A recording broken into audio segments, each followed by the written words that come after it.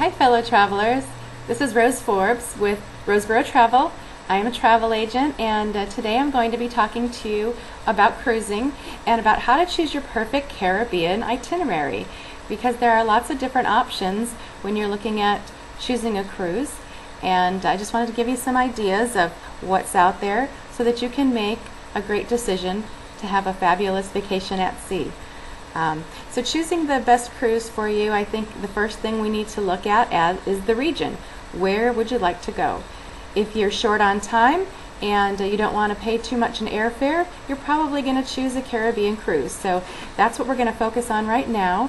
You have choices of Eastern Caribbean, Western Caribbean, the Southern Caribbean. There's also a Panama Canal partial transit, which is the most popular, and as well as a full transit. And then there's the shorter Bahamas cruises. So let's talk about the Eastern Caribbean. That's where you'll find ports like Puerto Rico, St. Thomas. Those are some great locations to do some snorkeling off of beaches, especially St. Thomas is great for. There's a myriad more of islands that I could mention, but I just want to touch on the tops here so that we kind of get an idea of where these cruises are going. The Western Caribbean, that's my favorite area because it usually touches on Key West and Cozumel, Grand Cayman, and you'll find some of the best diving as well as some of the best offshore snorkeling options when you go to the Western Caribbean.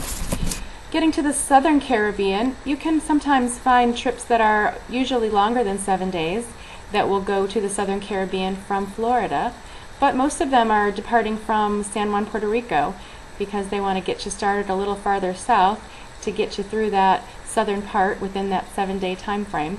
So you'll have an airfare to add on no matter what, because there are no bridges or boats that are going to take us over to Puerto Rico for that departure. But you get to see a lot more unusual places, and if you have cruised a lot before, that's a great itinerary to choose to find something different. And also when you go on a Panama Canal cruise, you get the option of going through that Panama Canal and experiencing what it's like to go through the locks when you go from the Atlantic to the Pacific side or the Pacific to the Atlantic side. You're going to go up or down in the locks, and it's quite an experience to see how that man-made marvel takes care of huge cruise ships to get from one sea to the other. But on a 7-day cruise, you will likely just do a partial transit into the Panama Canal, and you'll have a good flavor of a little bit more local flavor of the regional area there, because you're going to have ports that are in Central America, and you'll have a little bit less island time probably. But that day that you spend in those locks, maybe a day or two, is really an interesting experience that everyone should have. And the Bahamas, that's somewhere that you'll go if you go on a 3 or 4 day cruise. You'll usually just have 1 day at sea, then you'll head to the Bahamas for a day, and you'll have that other day back at sea. And the Bahamas is about as far as a cruise ship can go to get you on that quick weekend getaway. So if you've done that before, the Bahamas cruise, I highly recommend you try a 7-day cruise and see where else in the world you'd like to go.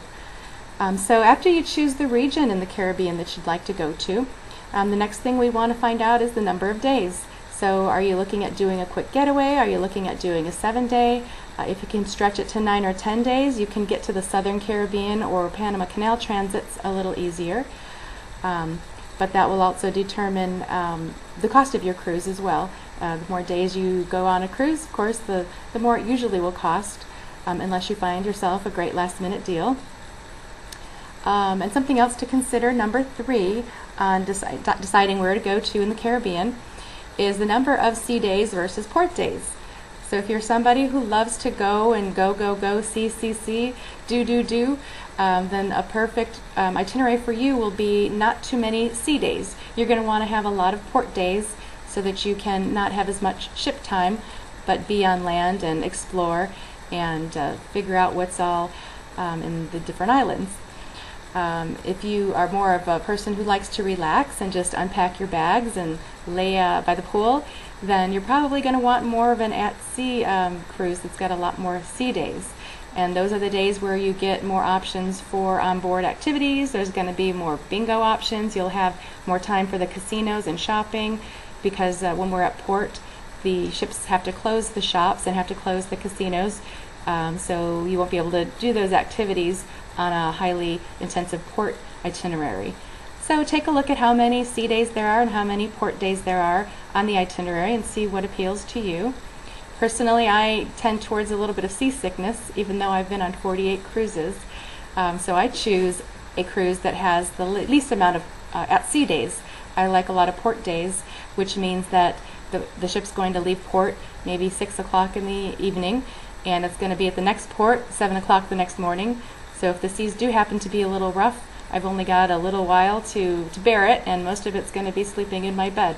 So that's why I like to choose a cruise that has more ports and less sea days. So number 4 is something to consider when you're deciding where you'd like to go in the Caribbean, however you like to say it, is your activity level. Are you somebody who's really active and wants to do kayaking and stand-up paddleboarding? Are you a scuba fanatic? Are you into snorkeling?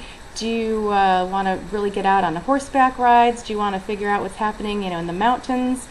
That's going to give you a little bit more information about how you'd like your ports to be.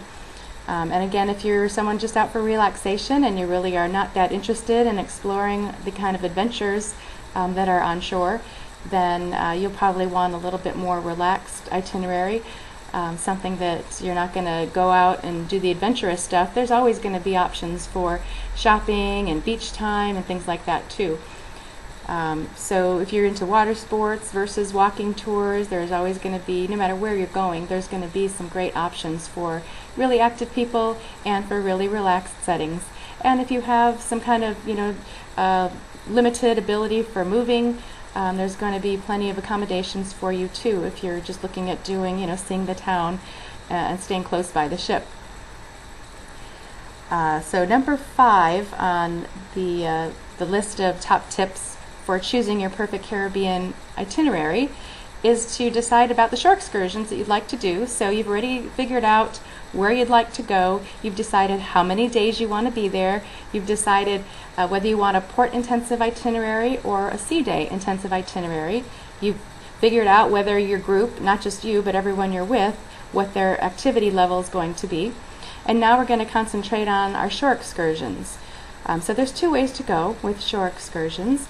You can go with the cruise line's preferred providers of shore excursions, which means they have contracts with local providers in all the different islands, and they'll be able to give you a first-class experience of the island, of any place that you're going to be going. And there's also, a guarantee for shopping sometimes that, they guarantee the lowest prices, the best quality.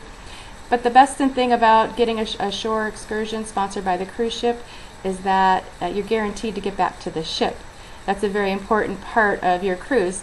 If you've ever been on a cruise ship before and seen that not everybody gets back on board, you need to figure out a way to get to your next port or get home by yourself. That means paying a last-minute airfare or something because you didn't get back in the ship on time. But the ship will always wait for you if you're on a ship-sponsored tour. And shore excursions can range, in price from quite reasonable to, really expensive, but those are usually those once-in-a-lifetime experiences like helicopter tours, things like that. So I do recommend the shore excursions that are sold by the ship themselves, especially if you're a first-time cruiser or a new cruiser. What I do a lot, though, is I go independent.